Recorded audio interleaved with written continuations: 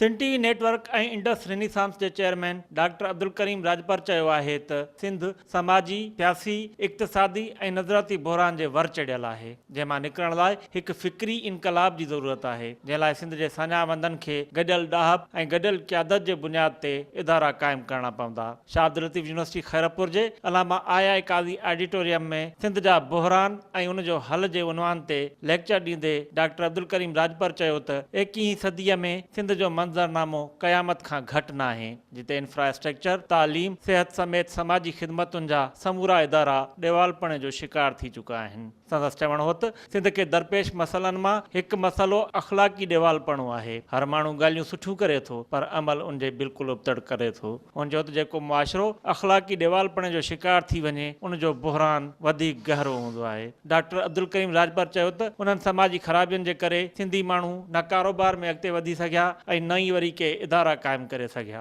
हुन चयो त इन्हनि सभिनी बहराननि जो हल गॾियल क़यादत, गॾियल सियाणप ऐं गॾियल थिंक टैंक में आहे। असां ॾिसूं था त पेरिस में जेकॾहिं फ्लाइंग कार्स ठहनि थियूं, जेके हाणे लूटण वारो मोनाको आहे, जेको पेरिस जो आहे फ्रेंच राइवे आहे, हुन में त उनजे भेट में असां वटि छा आहे, असां वटि टिकटियूं, जेकॾहिं हुते पब्लिक ट्रांसपोर्ट आहे, कंहिं माण्हू खे का तकलीफ़ न आहे त हिते तव्हां रुगो पंधु घुमी त ॾेखारियो कंहिं रोड ते, उहो बि पॉसिबल न आहे। तालीम न हुजण जे करे असांजे सॼे सोसाइटी जी जेका ज़हन जी पहुच आहे, उहा जेका आहे सा पोइते हली वई आहे। जिथे दुनिया में हाणे तव्हां जेकॾहिं ॾिसो त साइंस ऐं इल्मनि केॾी तरक़ी कई आहे।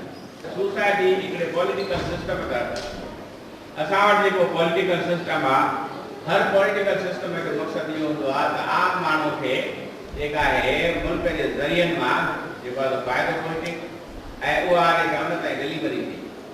पर हिते जेको आहे डेमोक्रेसी आहे, जंहिं तहत जेको आहे इलेक्शन थियनि थियूं, हुकूमतूं मिलनि थियूं, बजट घुराइजनि थियूं, उहा दरअसल डेमोक्रेसी न आहे, उनखे चवनि था ओलिगार्की। सिंध जा जेके अख़लाक़ी क़दर आहिनि, जेके मोरल वैल्यूज़ आहिनि, उबता थी विया।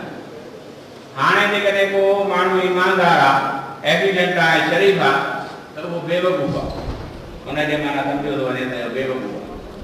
पर जेकॾहिं को माण्हू शातिर आहे, इंतिहा जो करप्ट आहे ऐं हर क़िस्म जो गंदो क्राइम करे सघे थो, हर क़िस्म जी नाइंसाफ़ी करे सघे थो ऐं ॻाल्हाइण जो जेको आहे शर्म ज़बान आहे, त उहो मेरिट ते नंबर 1 आहे, छो त उहो तव्हांखे कमाए ॾेई सघे थो। पर शरीफ़ माण्हू, गरीब माण्हू या जंहिं वटि ख़्याल आहिनि या उहो बेकार, उहो जेको आहे सम्झो थो वञे त बेकार।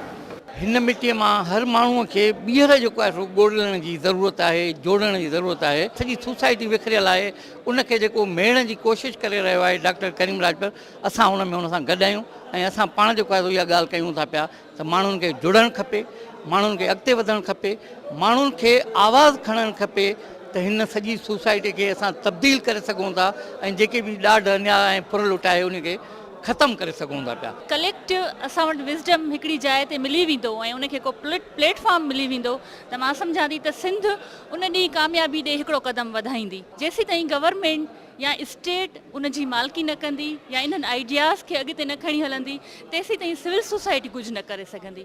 उनजे करे आइडिया तमामु सुठो आहे, इनिशिएटिव तमामु सुठो आहे। ख़ुदि आशिकी में जेको ख़ुदि परस्ती में मुब्तला आहिनि, उन्हनि खे कीअं कढण जी ज़रूरत आहे, उहे कीअं पंहिंजो पाण खे मोटिवेट करे सघनि था ऐं हिन प्लेटफॉर्म ते जमा थी सघनि था, त इहो जेको आहे क़दम खणण जी ज़रूरत आहे, गॾु थियण जी ज़रूरत आहे। जेका कलेक्टिव लीडरशिप जी अप्रोच आहे हुनखे अपनाइण जी ज़रूरत आहे। हीअ जेके प्रोग्राम तव्हां करायो था मुख़्तलिफ़ इलाइक़नि में मुख़्तलिफ़ माण्हुनि खे मौक़ो था ॾियो उन्हनि खे सवालनि जो जवाब में, त इन में मूंखे पूरी उमेदु आहे त सिंध जा इलाही मसइला हल थिया आहिनि ऐं केतिरा ई मसइला हल थींदा। तारीख़ में असां वटि अहिड़ा हुकुमरान गुज़रिया आहिनि सिंध जे अंदरि जेके सलाह मसलियत सां ऐं कलेक्टिव बिरादरियुनि जे हिसाब सां गुज़रिया आहिनि ऐं उहा कलेक्टिव लीडरशिप बहितरीनु रही हुई।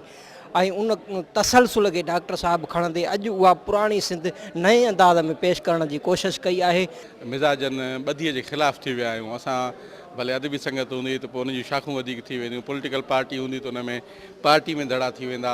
त इन क़िस्म जी जेका शयूं आहिनि तमामु घणियूं आहिनि। मिसाल त जेकॾहिं तव्हां ॾिसो त कंहिं बि पॉलिटिकल पार्टी में ग्रुपिंग लॉबिंग एॾी आहे, या मिसाल तौरु असां चवंदा त जेतिरियूं बि सियासी पार्टियूं आहिनि उन्हनि में ॿधी हुजे, कमु करण जी स्पिरिट हुजे त अञा बहितर रहंदो आहे। लेक्चर प्रोग्राम में शाह अब्दुल लतीफ़ यूनिवर्सिटी खैरपुर जे प्रोफेसरनि, लेक्चररनि, शागिर्दनि, शागिर्दाणियुनि ऐं सान्यावंदनि वॾे अंग में शिरकत कई। गॾियल इल्मु, गॾियल दानिश ऐं गॾियल अॻवाणीअ सां ई सिंध खे बहिरान मां कढी सघिजे थो।